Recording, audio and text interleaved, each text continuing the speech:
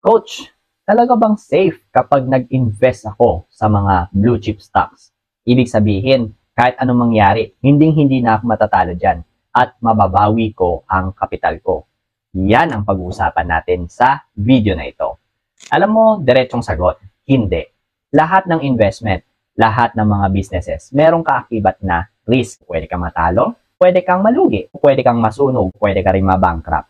Wala talagang 100% na safe investment, lalo na kung sa stock market ka nag-i-invest.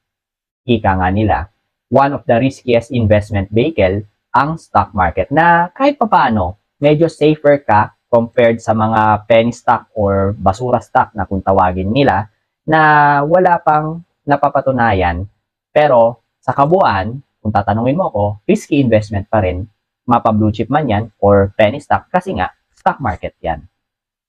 Kahit sa araw-araw nating pamumuhay, aminin natin, laging may risk. Pwedeng madulas ka, pwedeng maaksidente ka, papasok sa trabaho, o kaya pauwi na, pwedeng matanggal ka sa trabaho.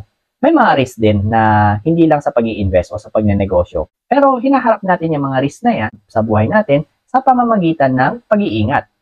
Kung nagmamaneho ka para maiwasan mo ang risk na mabangga ka o makabangga ka, edi nag-iingat tayo at huwag tayo nagse-cellphone habang nagmamaneho o di kaya magmamaneho habang lasing. Sa bagay na yan, napapaliit natin yung risk or namamanage natin yung risk dun sa buhay natin. Similar lang din kapag nagnenegosyo or nag-i-invest. Humahanap tayo ng paraan para mapaliit or maging manageable yung risk na yun. Ganun din sa pag-i-invest sa blue chip stocks. Hindi guaranteed na kapag sa blue chip ka nag-invest, talagang kikita ka at hindi ka na malulugi. Pag-usapan natin in real life example, Shell Corporation or SHLPH. Meron ako naging 3 consulting client na talagang ipit na ipit dito.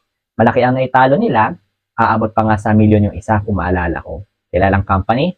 Yes, of course. Sino bang hindi nakakaalam ng Shell? Malaking gasolinahan yan. In-demand commodity? Of course, yes din ang sagot. Kasi lahat naman siguro ng sasakyan, mapa-delivery trucks yan, pampasaherong jeep, bus, lahat yan gumagamit ng langis o gasolina. Yung sasakyan gamit mo or motor, hindi naman pwedeng umandar yan nang hindi ka nagpapagosolina. So, based on that premise, naisip ng mga kliyenteng kong ito na bumili ng Shell PH nung nag-IPO siya. Panoorin nyo na lang itong video na ito tungkol sa IPO kung hindi ka pa familiar sa IPO at kung gusto nyong matutunan at mapanood. So, going back, nag-IPO itong si Shell PH noong around November 2016 at nasa 67 pesos per share ito. Umakyat siya around hanggang 80 pesos per share, giving my client of almost 20% gains in less than 1 year. But guess what? Akala ng kliyente ko tataas pa kaya nagdagdag siya ng nagdagdag habang bumabagsak ang presyo ni Shell PH. Fast forward to 2025, halos isang dekada na ang nakalilipas, mga nasa around 6 pesos per share na lang si Shell PH at patuloy pang bumababa kung titingnan mo.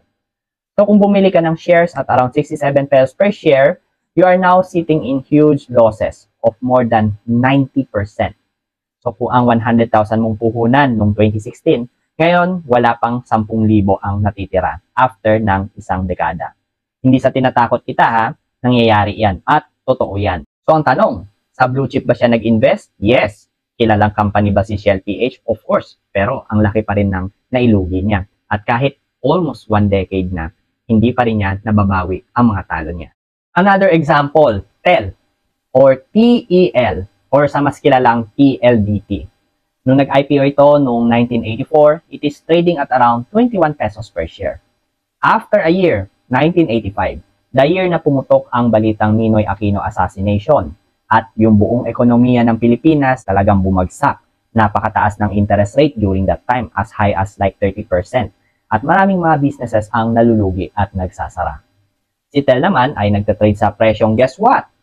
7 pesos per share. Ang 100,000 mong puhunan during 1984 ay magiging more or less mga nasa 30,000 pesos na lang after a year. Although, nakabawi naman si TEL dahil noong mga panahong iyon, medyo uso yung mga SIM card, malakas pa ang DSL or yung tawagin natin mga sinaunang mga internet, international calls, and etc. And of course, it went as high as like 3,100 on 2007. But guess what again? Halos magdadalawang dekada na, today, 2025, it is trading at around 1,300 pesos. So to give you a perspective, ang 100,000 na investment mo sa halos 2 dekadang pag-aantay mo, starting from 2007 ay nagkakahalaga na lang ng more or less mga around nasa 40,000 pesos today. Ang tanong, kilalang company? Again, yes. Sa second example natin, blue chip? Of course, matagal na ang nag-exist ang PLDT. But due to disruptive innovation, mga makabagong teknolohiya, medyo hindi na uso yung mga telepono, mga landline, yung mga SIM card na yan, etc. Kaya hindi na nakabalik sa dating presyo si Tel. Hindi na siya naging ganoong ka-competitive sa market changes. Sa mga naging mentees ko, na mga kino-coach ko dyan sa intensive mentorship namin, alam na alam nila ito dahil one of their tasks is pinapa-research ko yan sila ng at least 10 companies na dating blue chip stocks pero na-bankrupt na. Whether it is a local companies or international companies, I accept their research. So I'll give you an example of international blue chip stocks na dating blue chip pero na-bankrupt na ngayon. Number 1, Blockbuster. Yan yung kilalang nagpaparent ng mga VHS or mga tape na mga pelikula. So sa mga medyo may edad na yan, I'm sure naabutan ninyo ito. Sino nakatalo sa kanya? Ang Netflix, nung nauso na ang digital streaming. Number 2, si Kodak. Yan yung nagbebenta ng mga sinaunang camera. Kung matatandaan ninyo or kung naabutan ninyo. Ang nakatalo sa kanila is nung pumasok na si Apple doon sa digital camera space. Number 3, Chrysler. Automotive manufacturer. Tinalo ng Ford. Number 4, Lehman Brothers. Nung nabankrupt siya noong 2008, pinalitan niya nila Goldman Sachs at ni JP Morgan. I'm sure kilala nyo yung dalawang company na nabanggit ko sa mundo ng investment banking. Number 5, Toys R Us. I'm sure narinig nyo yan dahil very recent lang yan. Sinong pumalit? Si Amazon.